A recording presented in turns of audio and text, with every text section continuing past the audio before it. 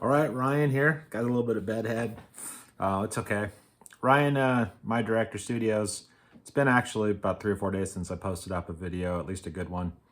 Haven't been able to. Just finished the sixth official paper, my sixth official class, Logic and Rhetoric. So more apologetics on that side. So Southern California Seminary. Thank you, Dr. David Jeremiah. It's been a privilege. I'm almost a year into it now. Next one is inductive study hermeneutics, and I'm excited about that class. I'll be number 7. And so submitting this paper, now it's my opportunity to do a little feedback and to share what I'm learning, just document the journey through this. It's about a 3.5-year campaign. I'm in the graduate program, MABS, Masters in Biblical Studies. And then from there, we'll add on that divinity, an extra 30 units there. And their counseling program has been fantastic. So Dr. Marjorie Hill and Pasquarelli that lead up that department on their MAC program. I'm looking forward to that too. So I really can't say enough good things about Southern California Seminary. It's difficult, for everyone today, the way I look at it. For really, we've been in 4 years now since post-COVID. December 2019, March is when it's declared, March 16th. And I feel like everything's on overload process. Every day is just another emergency order or the next thing that's going to happen in the world, or it's just over processing is I think the easier way to say it. And in this campaign, what I've actually tried to do more than anything on these types of papers is to unplug from social media, from posting, from everything, and just try to go back to the basics of books and hard research, studying, spending time reading, analyzing, critical thinking. And it's been very helpful. Usually I get this when I go up to the mountains. I love to hike, and I'll try to go to places that doesn't get any cell coverage, so that I'm just kind of forced to just take photos and enjoy the scenery. And that's usually been my cup of tea for a long time now, about a decade, where I get to go up and really unplug from day-to-day life, unplug from everything that's going on, and just get back to what it used to be before we were in this technocracy of just having to have a phone on us at all times. And it really bothers me, even though I'm very IT driven. I have an e-commerce business since 2002. I was one of the early ones in eBay. So my life revolves around technocracy. And if you throw this mix into what we have to do in seminary now, it's a lot of screen time and it's a lot of research, but I'm loving it.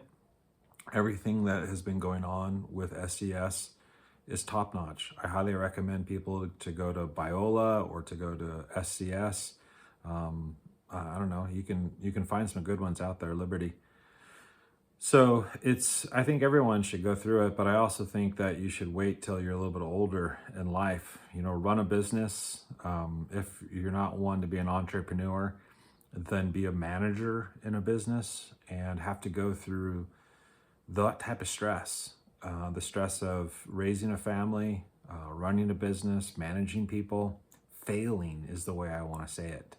If you haven't failed in life for a while, then I don't think you should be hopping into seminary at all. In fact, I don't think you have any business trying to manage people in a church setting until you've done it out, made some mistakes out in the world, in the secular world. And then you'll really enjoy the process. It kind of hurts me to see people young, under 30 today, trying to go through seminary, and they really have gone through maybe a bachelor's program and stuff, and now they're in graduate and they haven't really lived life. I don't think it's right. I think really we see in the Bible where 30 was the age to even be a Levitical priest. And that was just the commissioning part. I mean, you went through another decade before you were advanced in certain areas. So that's 40 years old. before you were considered a wise person by any means. And then from there, you have your life examples to go through so that I think you can be useful in dialogue and counseling and being able to empathize with people. That's my take on it. But some people, like we have Wesley Huff right now, who's in his 30s. And that's a great example of somebody where that fits outside of that box, where, right, he's already gone through all this at a young age, and he's an extremely. So I think you have those super ones that are out there, and that's great. But for the most part, I think they should have those type of requirements too, and these entry level parts where you're going to sit down with somebody and say, why are you doing this? What do you want to get out of it? And if you're not like, hey, I want to be useful for the kingdom, and how all the things that I've learned in life already is only going to make me a better student in seminary, so that when I do finish this and I am employed in some way, either through a church or through different programs. And for me, I'm a MAB student.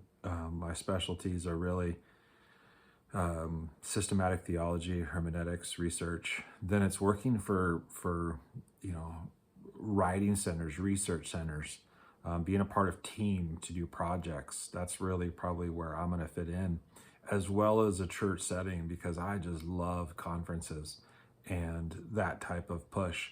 So it's being able to absorb it all, and I want to be useful in that. So I think those are the types of things when you sit down with a counselor or yourself and you're thinking, why am I doing this? You might be early in this type of commissioning. It might be you that's pushing, where you need to maybe set it on the shelf for a while. I remember, I'll give you an example, it was like 5 years ago. And I was with the church and they kept telling me, hey, just go. This was actually Calvary Chapel. And so I come from a vineyard background. And Calvary Chapel was just like, hey, go up to the Marietta campus and sign up. And you should really do this. You're gifted in this, this, and that. And I'm glad I said no, because I would have gone through all of their program and I really would have been just focused on Calvary Chapel. And I love Calvary Chapel. They are, some of them are just fantastic. Others are I would say not. But as an organization and everything that they stood for is still one of my favorites. Like I said, I'm from Vineyard, so I'm really a Baptist-Costal. And I'm glad that I have paused and felt like I needed to accomplish some other things first.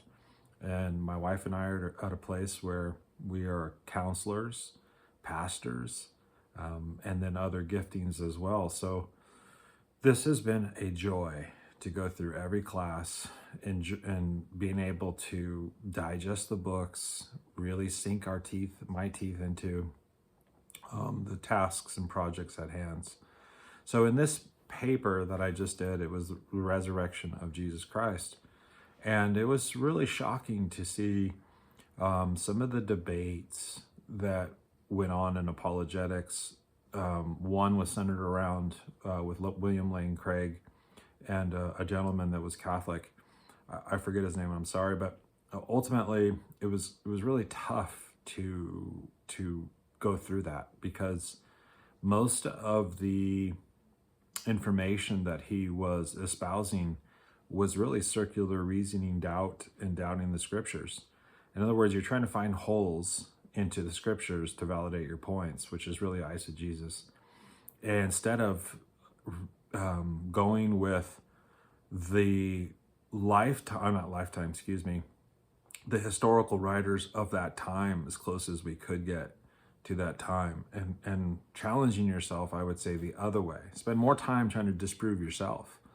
And it seems like this particular person in that debate was more trying to fit his own narrative on why and how we need to agree with him in that. So it was difficult. I know it's tough for me.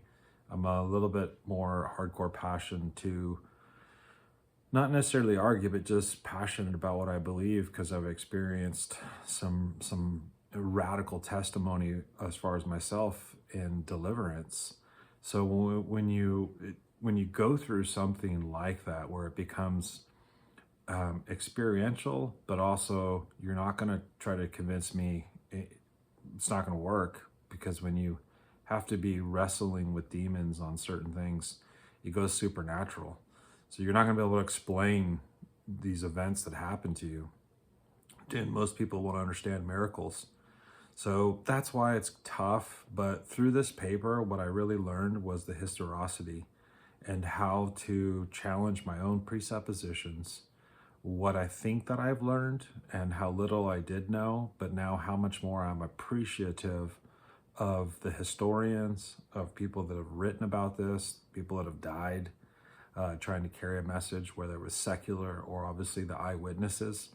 And I've grown to really appreciate the entire New Testament and what was given to us as a privilege. So through this paper, I grew a lot. One of the bigger things in this class which is logic and rhetoric, is just how much has changed my lens. Like, I give the example of how systematic theology in strengths. So when I study, there's certain things that I see as far as a first step in tackling a passage. And what this has really helped me to do is to imagine like a scroll. So the scroll is what Jesus has created. So the moment that he created free will, that's really the beginning of a timeline. And the end of that timeline is when we have the new heavens and new earth. So in systematic theology, we usually go to the garden, but there's the whole existence before the garden. And so now you're looking at this scroll. Let's say you're dissecting Romans, the book of Romans. And so now you're seeing where that falls on the timeline. And then now you're getting into cultural history, literature, the actual scene. So is it Paul giving an oratory message? Is he standing? Is he speaking? Who's he speaking to? All of these things through this class and through that paper really helped me analyze the proof and the evidence of what took place. And prior to that, I think I had a firm grip on it, but man, it sure does open your eyes to different angles and the way different words that can be used. And it gives you a greater context of the passage, of the verses, and what the author was intended purpose was. So I grew tremendously. I look forward to the next class as well. So that's an update from My Director Studios. Once again, if you have Jesus, you have everything.